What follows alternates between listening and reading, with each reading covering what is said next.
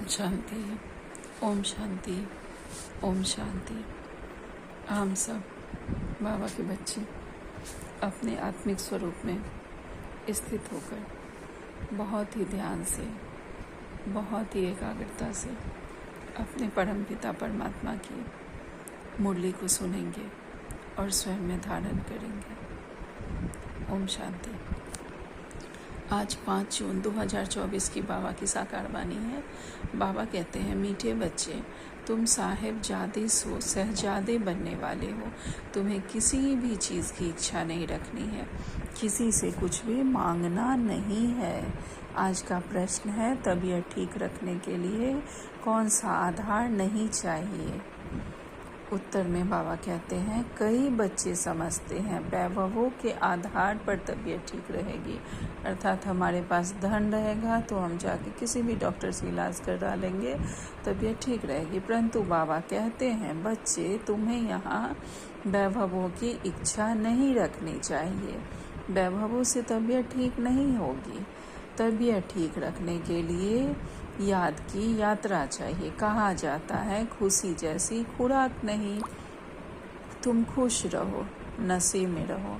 यज्ञ में दधीचि के मिशल हड्डियाँ दो तो तबीयत ठीक हो जाएगी। बाबा कहते हैं, अगर हम ये समझते हैं कि हमारे पास बहुत धन है, घर में एसी है, कुछ है, कूलर है या कोई भी सुविधाएं की वस्तुएं हैं, तो उससे हमारा तबीयत ठीक रहेगा, हमें गर्मी नहीं लगेगी, हमें सर्दी नहीं लगेगी, हम खाने पीने की सामग्री होगी तो हमारी तबीयत खराब नहीं होगी। लेकिन ऐसा नहीं है।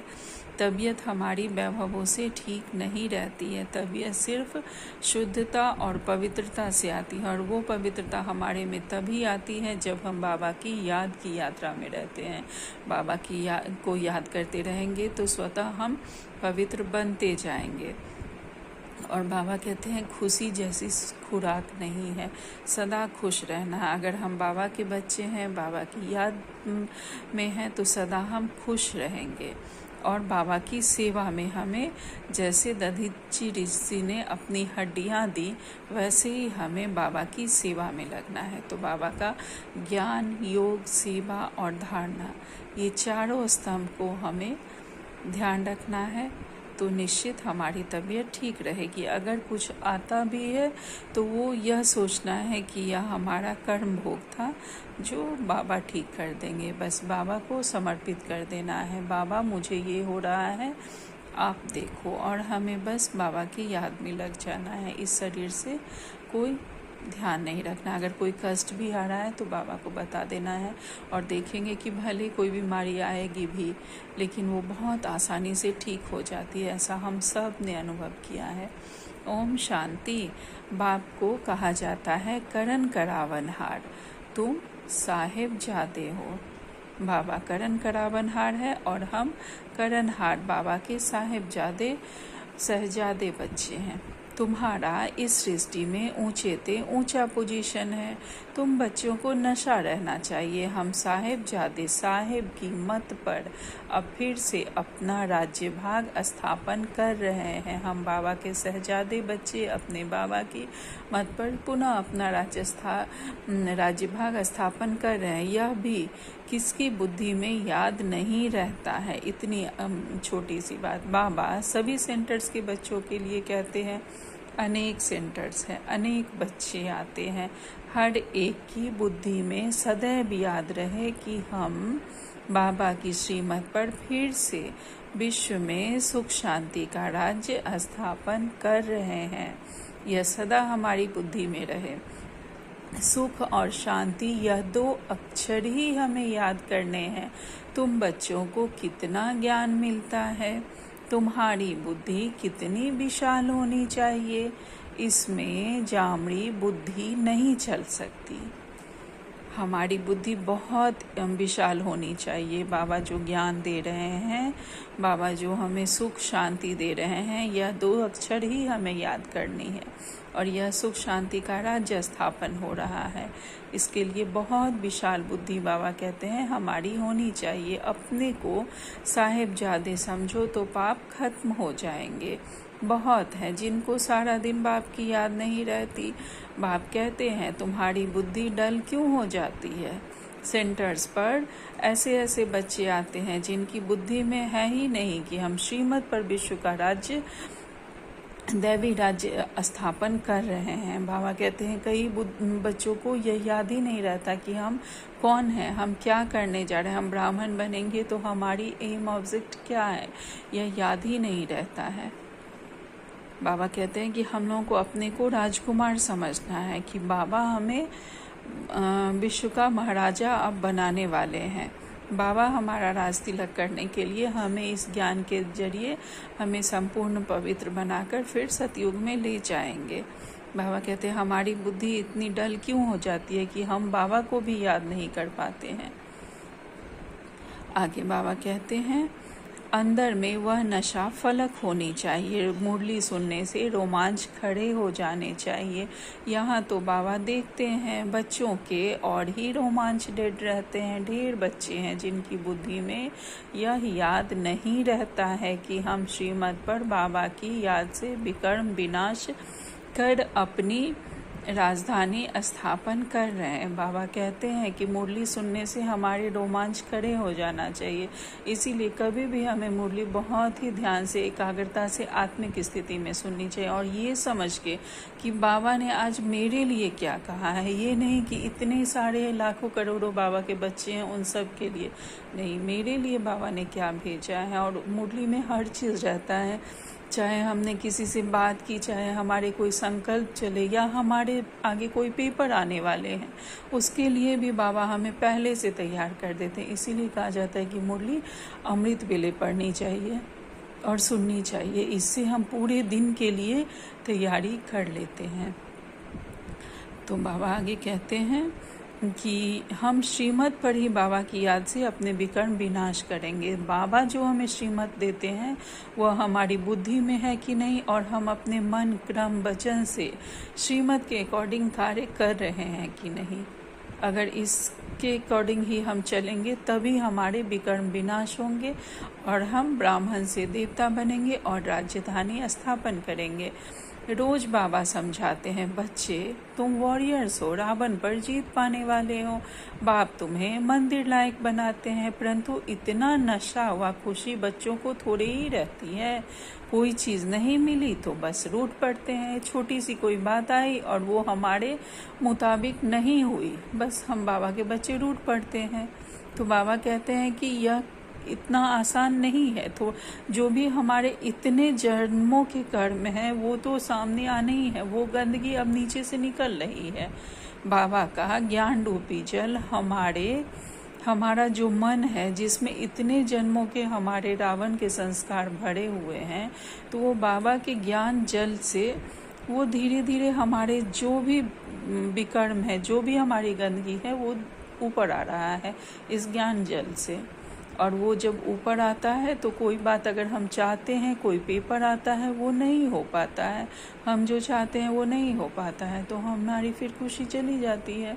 हम बाबा से रूठ पड़ते हैं अगर वो चीज़ हमें नहीं मिलती है तो ऐसे भी लौकिक में कहा जाता है कि जो हमारे मन का नहीं हो रहा है वो ईश्वर के मन का हो रहा है, तो बस बाबा को समर्पित कर दो। इसमें रूठना रूसना नहीं है। बाबा आगे कहते हैं बाबा को तो वंडर्स लगता है बच्चों की अवस्था पर, जब हम बच्चे बाबा की छोटी छोटी बातों पर उठ जाते हैं, माया की जंजीरों में फंस पड़ते हैं और उसी समय माया बच्चों को घेर लेती है कि हाँ यह ज्ञान गलत है, यह संस्था गलत है, यह योग गलत है, इसमें मत जाओ। माया उसी समय अपनी जंजीर में जकड़ लेती है। तुम्हारा मान, तुम्हारी कारोबार, तुम्हारी खुशी तो वंडरफुल होनी चाहिए ना। बाबा कह रहे हैं जो मित्र संबंधियों को नहीं भूलते हैं वह कभी अपने बाप को याद नहीं कर सकेंगे।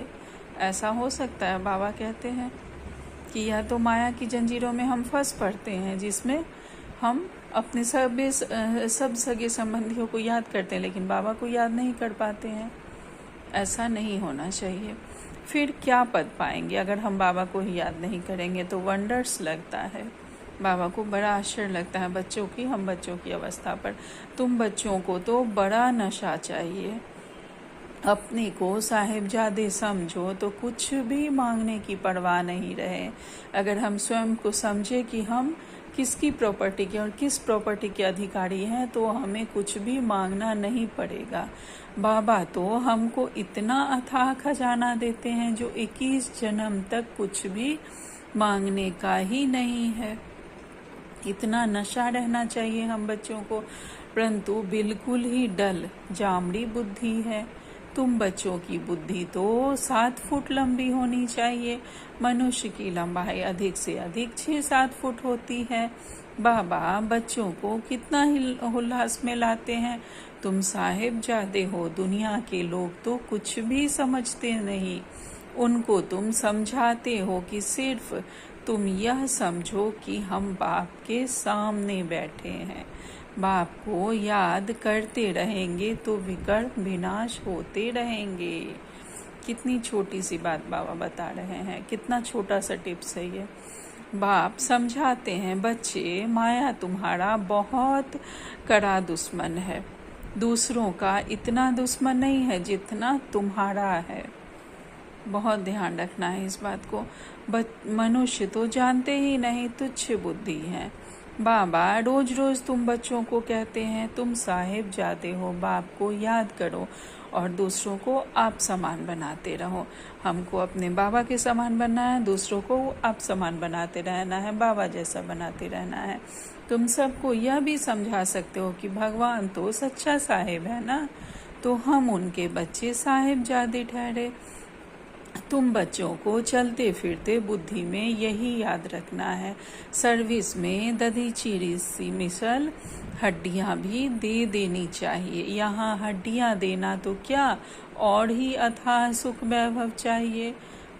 अर्थात हमारे पास क्या है वो देना तो अलग बात है, मतलब हम जो भी सेवा कर सकते हैं वो भी हम नहीं कर पाते, और उल्टे हम लोग को अथाह दुख वैभव चाहिए, सुख वैभव चाहिए।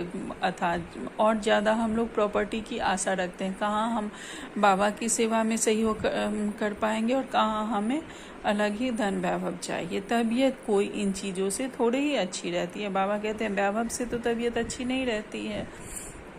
तबीयत के लिए चाहिए याद की यात्रा, वह खुशी रहनी चाहिए। अरे हम तो कल्प कल्प माया से हारते आए हैं, अभी माया पर जीत पाते हैं। बाप आकर जीत पहनाते हैं। अभी भारत में कितना दुख है, अथाह दुख देने वाला है रावण। वो लोग समझते हैं एरोप्लेन है, मोटरें हैं, महल है, बस यही स्वर्ग है। यह नहीं समझते कि यह तो दुनिया ही खल्लास होनी है। लाखों करोड़ों खर्च करते, डैम आदि बनाते, लड़ाई का सामना भी कितना ले रहे, लड़ाई का सामान भी कितना ले रहे हैं। बाबा कहते हैं लाखों करोड़ों खर्च करके डैम वगैरह बना के लड़ाई के लिए कितना सामान सब बना रहे हैं। सभी एक दो को खत्म करने के लिए बने हुए हैं। ये जो बने हैं तो भले आज करे कल करे, लेकिन इसका यूज़ तो होना ही है और उसके बाद विनाश होना ही है। एक दो को खात्मा करने वाले हैं। निधन के हैं ना, कितना लड़ाई झगड़ा करते हैं, बात मत पूछो। कितना किचरा लगा पड़ा है, इसको कहा जाता है नर्क। स्वर्ग की तो बड़ी महिमा है। बड़ौदा की महारानी से पूछो महाराजा कहाँ गया, तो कहेंगे स्वर्गवासी हुआ। स्वर्ग किसको कहा जाता है यह कोई जानते नहीं। कितना घोर अंधियारा है, तुम भी घोर अंधियारे में हो। अब बाप कहते हैं मैं तुमको ईश्वरीय बुद्धि देता हूँ, अपने को ईश्वरीय संतान साहिबजादे समझो। साहेब पढ़ाते हैं शहजादा बनाने के लिए। बाबा कहावत सुनाते हैं, न रीढ़ छा जाने, अर्थात भेड़ क्या समझे। अभी तुम समझते हो मनुष्य भी सब भेड़ बकरियों की तरह है, कुछ भी नहीं जानते हैं, क्या क्या बैठ उपमा करते हैं। तुम्हारी बुद्धि में आदि मध्य अंत का राज है। अच्छी रीति याद करो कि हम विश्व में सुख शांति स्थापन कर रहे हैं। जो मददगार बनेंगे, दधीची ऋषि मिशल जो भी यज्ञ में देंगे, अपनी हड्डियां लगाएंगे, वही ऊंच पद पाएंगे। बाबा कह रहे हैं जो मददगार बनेंगे वही ऊंच पद पाएंगे। वह भी तुम देखते हो कौन कौन मददगार बनते हैं। अपनी दिल से हर एक पूछे हम क्या कर रहे हैं। बाबा कहते हैं कि सबको अपनी चेकिंग करनी है कि कौन कौन हम बाबा की सेवा में कितने मददगार बन रहे हैं। हर एक को अपनी चेकिंग करनी है। हम भेड़ बकरी तो नहीं है। मनुष्यों में देखो कितना अहंकार है। गुड़ गुड़ करने लग पड़ते हैं। तुमको तो बाप की याद रहनी चाहिए। कोई लड़ता है उससे हमें कोई मतलब नहीं है। हमें सिर्फ बाबा की याद में रहना है। साधारण मनुष्यों की तरह में हमें अहंकार नहीं करना है। सर्विस में हड्डियां देनी है। किसी को नाराज नहीं करना है ना होना है। चाहे कोई भी बात आए हमें बाबा की सेवा जरूर करनी है। ना किसी से हमें गुस्सा होना है ना किसी पर गुस्सा करना है। किसी से नाराज नहीं होना है और नाराज भी नहीं करना है सामने वाले को और ना होना है। अहंकार भी नहीं आना चाहिए। हम यह करते हम इतने होशियार हैं। इस किसी भी बात का अगर हम कोई भी सेवा कर रहे हैं तो बाबा कह रहे हैं कि हमें अहंकार भी नहीं आना चाहिए और ना किसी को हमें नाराज करना है और ना ये समझना है कि हम किसी से कमज़ोर हैं। हम सब बाबा के बच्चे बहुत विशेष हैं। यह सदा हमें स्वमान रहे कि हम बहुत महान आत्माएं हैं, बहुत विशेष बाबा के साहिबजादे बच्चे हैं। बाप समान आत्माएं हम हैं, ये समझना है, हमें सदा याद रखना है। आगे कहते हैं बाबा अहंकार भी नहीं आना चाहिए। हम ये करते हम इतने होशियार हैं, यह ख्याल भी आना देह अभिमान है। उसकी चलन ही ऐसी हो जाती है जो शर्म आ जाएगी। जो घमंड में आ जाते हैं अहंकार में, उनकी चलन कुछ और ही हो जाती है। नहीं तो तुम्हारे जैसा सुख और कोई को हो नहीं सके। अगर हम बाबा की श्रीमत पर चलते हैं, बाबा के ज्ञान अकॉर्डिंग चलते हैं तो हमारे जैसा सुख और किसी को नहीं मिलेगा। यह बुद्धि में याद रहे तो तुम चमकते रहो। सेंटर में कोई तो अच्छे महारथी हैं, कोई घोड़े सवार, कोई प्यादे भी हैं। इसमें बड़ी विशाल बुद्धि होनी चाहिए। कैसी कैसी ब्राह्मणियाँ हैं, कोई तो बड़ी मददगार हैं। सर्विस में कितनी खुश रहती हैं। तुमको नशा चढ़ना चाहिए। सर्विस बिगड़ क्या पद पाएंगे। माँ बाप को तो बच्चे के लिए रिगार्ड रहता है। बाबा कह रहे हैं कि माँ बाप का भी कौन से बच्चे बाबा की कैसी सर्विस करते हैं, उसके लिए माँ बाप को भी बच्चों के लिए रिगार्ड रहता है। कोई ऐसी होती हैं जो बहुत सेवा करती हैं, कोई नहीं करती हैं। तो बाबा कहते हैं कि सेंटर्स पर भी कोई महारथी होते हैं, कोई घोड़े सवार होते हैं, कोई प्यादे भी होते हैं। सब नंबरवार पुरुषार्थ अनुसार होते हैं। लेकिन इसके लिए बहुत विशाल बुद्धि चाहिए। ऐसा नहीं कि किसी को देख के हमें ईर्ष्या करनी है, घमंड लाना है, ऐसा नहीं करना है। हम बहुत अच्छा करें तो उसमें घमंड में जाना है, या कोई अच्छा कर रहा है तो ईर्ष्या में जाना है, ऐसा नहीं करना है। इसके लिए हमें समझने के लिए बहुत विशाल बुद्धि चाहिए। हर एक का पार्ट अलग है। आगे बाबा कहते हैं माँ बाप को तो बच्चों के लिए रिगार्ड रहता है, परंतु वह अपना खुद रिगार्ड नहीं रखते। तो बाबा क्या कहेंगे। कितनी अच्छी बात बाबा कह रहे हैं कि हम खुद को रिगार्ड नहीं दे पाते। हम खुद स्वमान में नहीं रहते कि हम कौन हैं, किसके हैं, हमारे साथ कौन है। यह रिगार्ड हम खुद को नहीं दे पाते। हम भूल जाते हैं कि हम बहुत विशेष आत्माएं हैं, हम बाबा के बच्चे हैं। पूरे यूनिवर्स की जो सबसे सुप्रीम पावर है वो हमारे साथ खड़ी है, यह हम भूल जाते हैं। तो फिर बाबा कहते हैं तो बाबा क्या कहेंगे जब हम खुद को ही रिगार्ड नहीं दे पाते। स्वयं भगवान हमें रिगार्ड दे रहे हैं लेकिन हम खुद को नहीं दे पाते। आगे बाबा कहते हैं तुम बच्चों को थोड़े ही सबको बाप का संदेश देना है। बोलो बाप कहते हैं मन मना भव। गीता में कुछ अक्षर है आटे में लून नमक। यह ह्यूज दुनिया कितनी बड़ी है, बुद्धि में आना चाहिए कितनी बड़ी दुनिया है, कितने मनुष्य हैं। यह फिर कुछ भी नहीं रहेंगे, कोई खंड का नाम निशान नहीं रहेगा। ये बाबा ऊपर में एक इम्पॉर्टेंट लाइन बता रहे हैं कि तुम बच्चों को थोड़े ही सबको बाबा का संदेश देना है, मतलब सबको थोड़े ही देना, जो हमारे कांटेक्ट में हैं, जो हमारे आसपास में हैं, तो उन्हें ज़रूर संदेश देना है, बताना है कि हाँ बाबा आए हुए हैं। और मेडिटेशन सब से शुरू करना है कि यहाँ आइए, मेडिटेशन कीजिए, ध्यान कीजिए, बाबा को याद कीजिए, तो आपकी जो भी बातें हैं, जो भी प्रॉब्लम्स हैं, सब सॉल्व हो जाएंगी। तो जो थोड़े बहुत हमारे कांटेक्ट में हैं उनको देना है। बाकी बाबा तो हैं ही, बाबा करण करावनहार हैं, वो अपने बच्चों द्वारा, वो खुद से बाबा सबको टचिंग करा देंगे। लेकिन हमारे कांटेक्ट में जो हैं उसको हमें बाबा का संदेश जरूर देना है, बोलना है। बाप कहते हैं मन मना भाव से आधा, अगर कोई भी बात है तो बाबा को आप जिस रूप में भगवान को मानते हो याद करो, मन मना भाव। और अगर बाबा के बच्चे होंगे वो यहाँ आएंगे, ज्ञान लेंगे।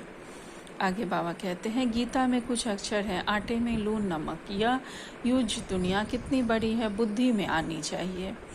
दुनिया कितनी बड़ी है, कितने मनुष्य हैं, फिर यह कुछ भी नहीं रहेगा, कोई खंड का नाम निशान नहीं होगा। हम स्वर्ग के मालिक बनते हैं, यह दिन रात खुशी रहनी चाहिए। नॉलेज तो बहुत सहज है, समझाने वाला बड़े रवनबाज चाहिए। अनेक प्रकार की युक्तियां हैं समझाने के लिए। बाप कहते हैं मैं तुमको बहुत डिप्लोमेट बनाता हूँ, अर्थात बाबा कहते हैं नब्ज देख के ज्ञान देनी है। इस बार की अव्यक्त मुरली में भी कहा था बाबा ने कि नब्ज देखना है कि कौन किस तरह से समझेंगे, तो युक्तियों से समझाने की कोशिश करनी है। वह डिप्लोमेट एम्बेसडर को कहते हैं। तो बच्चों की बुद्धि में याद रहनी चाहिए, ओहो बेहद का बाप हमको डायरेक्शन देते हैं, तुम धारण कर औरों को बाबा का परिचय देते रहो। अर्थात युक्तियों से समझाना है, जो जैसे समझते हैं नब्ज देख के दूसरों को बाबा का परिचय देना है। सिवाय तुम्हारे बाकी सारी दुनिया नास्तिक है, तुम्हारे में भी नंबरवार है। किसी का बाबा में बहुत निश्चय है, किसी का कम है, किसी का 50%, 80% ऐसे हैं, किसी का 100% है। तो बाबा कहते हैं कि हमारे में भी नंबरवार है, कोई थोड़े से नास्तिक हैं, अभी कोई ज़्यादा नास्तिक है, जिसका जैसा परसेंटेज है बाबा में कि बाबा कौन है, बाबा को कौन कितना मानते हैं। बाबा कहते हैं तुम्हारे में भी नंबरवार है, कोई तो नास्तिक भी हैं, अर्थात उन्हें निश्चय ही नहीं है। उन्हें लगता है जैसे वो बना बनाया ज्ञान है, लोग लिख देते हैं, लोग पढ़ते हैं। यहाँ कौन हमें ज्ञान दे रहे हैं, कौन इस संस्था को चला रहे हैं, यह उन्हें निश्चय नहीं हुआ है। तो कोई तो नास्तिक भी है ना। बाबा कहते हैं बाप को याद नहीं करते, खुद कहते हैं बाबा हमको याद भूल जाती है, और फिर कहते हैं कि बाबा हम तो आपको भूल जाते हैं। तो बाबा ऐसे बच्चों को कहते हैं तो नास्तिक ठहरे ना। जो बच्चे बाबा को ही भूल जाते हैं तो वो तो नास्तिक हुए।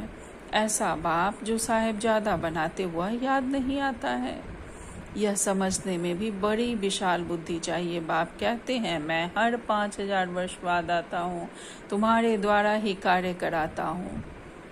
तुम वॉरियर्स कितने अच्छे हो, वंदे मातरम तुम गाए जाते हो। तुम ही पूज्य थे, फिर पुजारी बने हो, अब श्रीमत पर फिर से पूज्य बन रहे हो। तो तुम बच्चों को बड़ा शांति से सर्विस करनी है।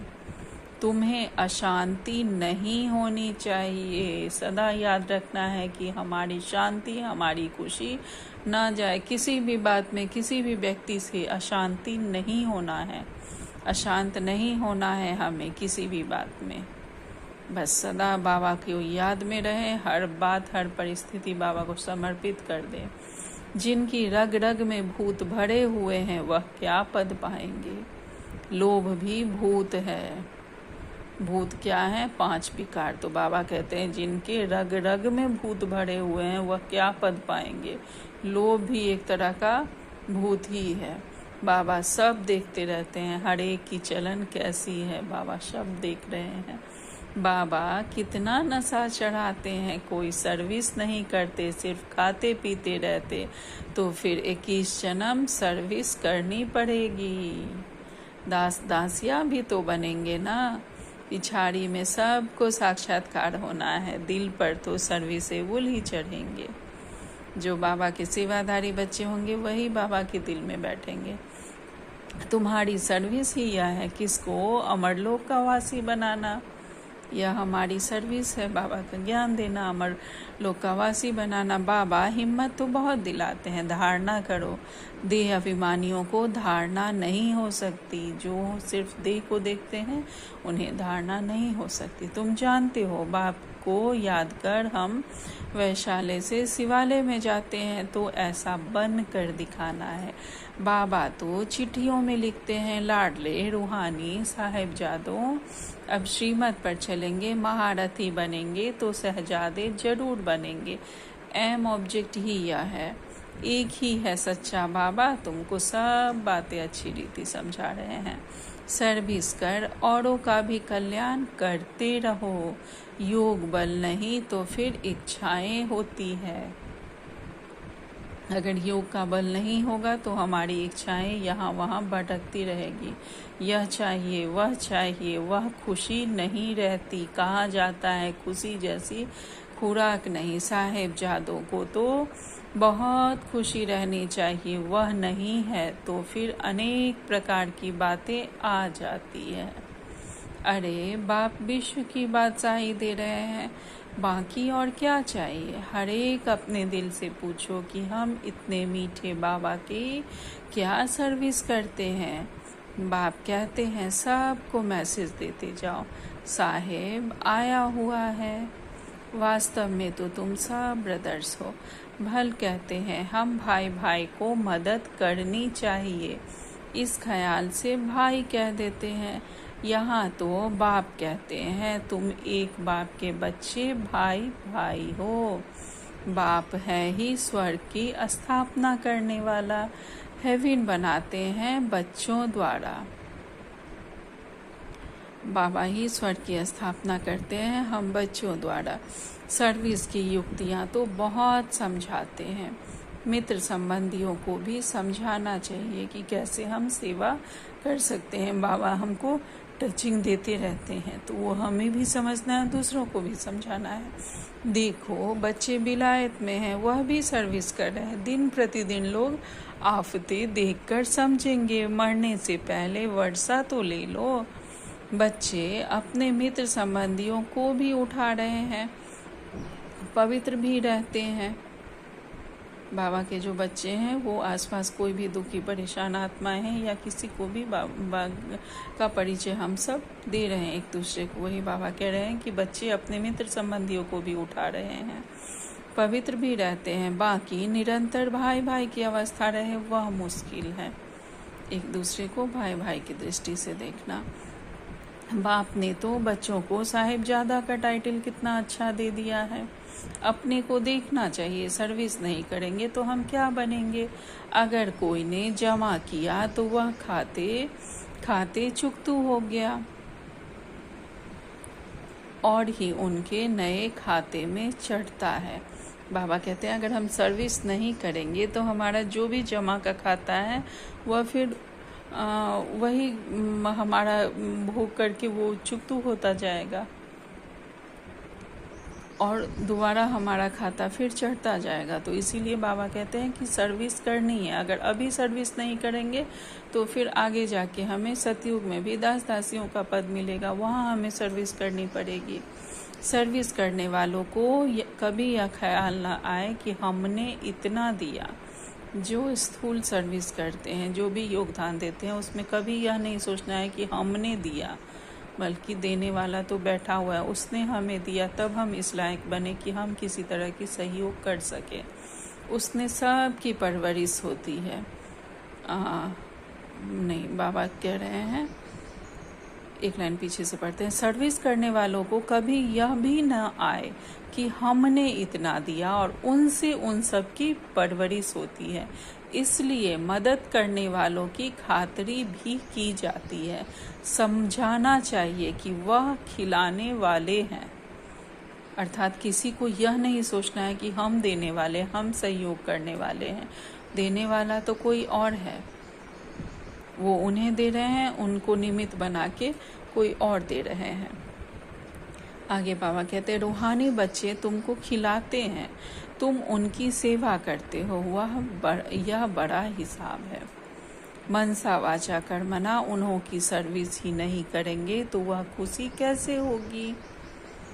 अगर हम बाबा की सर्विस नहीं करेंगे तो फिर खुशी कैसे होगी। शिव बाबा को याद कर भोजन बनाते हैं तो उनकी ताकत मिलेगी। दिल से पूछना है, हम सबको राजी करते हैं। हमें अपने मन से पूछना है, क्या हम सबको राजी करते हैं। महारथी बच्चे कितनी सर्विस कर रहे हैं। जो भी बाबा के बड़े बड़े महारथी बच्चे हैं, जैसे शिवानी दीदी लोग हैं, सूरज भाई जी लोग हैं, उषा दीदी हैं, लोग कितनी सर्विस कर रहे हैं। बाबा कह रहे हैं, बाबा रैगजीन पर चित्र बनवाते हैं, यह चित्र कभी टूटेंगे फूटेंगे नहीं। बाबा के बच्चे बैठे हैं, आपे ही भेज देंगे। बाप फिर पैसे कहाँ से लाएंगे। यह सब सेंटर्स कैसे चलते हैं, बच्चे ही चलाते हैं ना, और बच्चों को चलाने वाला बाबा है। शिव बाबा कहते हैं, मेरे पास तो एक कौड़ी भी नहीं है। बाबा कहते हैं, मेरे पास एक भी कौड़ी नहीं है। अब बाबा फिर भी अपने बच्चों को भरपूर करके रखते हैं। आगे कहते हैं, आगे चलकर तुमको आपे ही आकर कहेंगे, हमारे मकान तुम काम में लगाओ। बाबा कहते हैं कि लोग खुद ही आगे चलकर कहेंगे कि हाँ, ये मकान है, ये जगह है, ये तुम काम में लगाओ। तुम कहेंगे अब टू लेट, क्योंकि हमारे पास ऑलरेडी बहुत सारा हो चुका रहेगा। बाप कहते हैं, बाप हैं ही गरीब निवाज, गरीबों के पास कहाँ से आए। कोई तो करोड़पति पद्मपति भी है, उन्हों के लिए यहाँ ही स्वर्ग है। जो इन लोगों के पास बहुत धन वैभव है, वो तो इसी जगह को स्वर्ग समझते हैं। यह है माया का पौम, उनका फॉल हो रहा है। बाप कहते हैं, तुम पहले साहबजादे, जो बाबा के बच्चे, यही मतलब हाँ, वो भी बाबा के ही बच्चे हैं, भक्ति मार्ग वाले, जो कहते हैं कि हम करोड़पति और हम पद्मपति हैं, तो उनके लिए यही स्वर्ग है। उन्हों को माया ने घेर के रखा है इस धन वैभव के जरिए, तो वो लोग तो गिरते ही जा रहे हैं, उन लोगों में फॉल हो रहा है। बाप कहते हैं, तुम पहले साहिबजादे बने हो, फिर शहजादे जाकर बनेंगे, परंतु इतनी सर्विस भी करके दिखाओ ना। बहुत खुशी में रहना चाहिए। हम साहिबजादे हैं, फिर शहजादे बनने वाले हैं। शहजादे तब बनेंगे जब बहुतों की सर्विस करेंगे। कितनी खुशी का पारा चढ़ना चाहिए। आज बाबा ने सेवा पर सबका ध्यान खिंचवाया है कि हमें बाबा की सेवा भी जितना हम जैसे भी कर सकते हैं वह ज़रूर हमें करना चाहिए। अच्छा, मीठे मीठे से खिलते बच्चों प्रति माता पिता बाप दादा का याद प्यार और गुड मॉर्निंग। रूहानी बाप की रूहानी बच्चों को नमस्ते। हम सब रूहानी बच्चों की रूहानी माता पिता बाप दादा को याद प्यार, गुड मॉर्निंग और नमस्ते नमस्ते नमस्ते। शुक्रिया मेरे मीठे प्यारे बाबा, आपका लाख लाख शुक्रिया। आज धारणा के लिए मुख्य सार है, पहली पॉइंट है, कभी किसी को भी नाराज नहीं करना है, ना नाराज होना है। अपनी होशियारी का या सेवा करने का अहंकार नहीं दिखाना है। जैसे बाप बच्चों का रिगार्ड रखते हैं, ऐसे स्वयं का भी रिगार्ड रखना है। दूसरी पॉइंट में बाबा ने कहा है, योग बल से अपनी सब इच्छाएं समाप्त करनी है।